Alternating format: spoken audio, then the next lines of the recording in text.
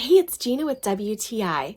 If you're looking for the perfect gift for the literary buff in your life, you've got to check out this collection of fabulous paper roses made from books from Literary Blooms. Just look at the attention to detail that they put into making these. You can see clearly the title of the book, Pride and Prejudice, and I love that there's pictures from it as well, and they're just so perfectly placed so that you can really enjoy the literary aspect of this while also seeing the beauty behind the craftsmanship and the rose. I love that this is made by a small woman-owned business in the state of Oregon.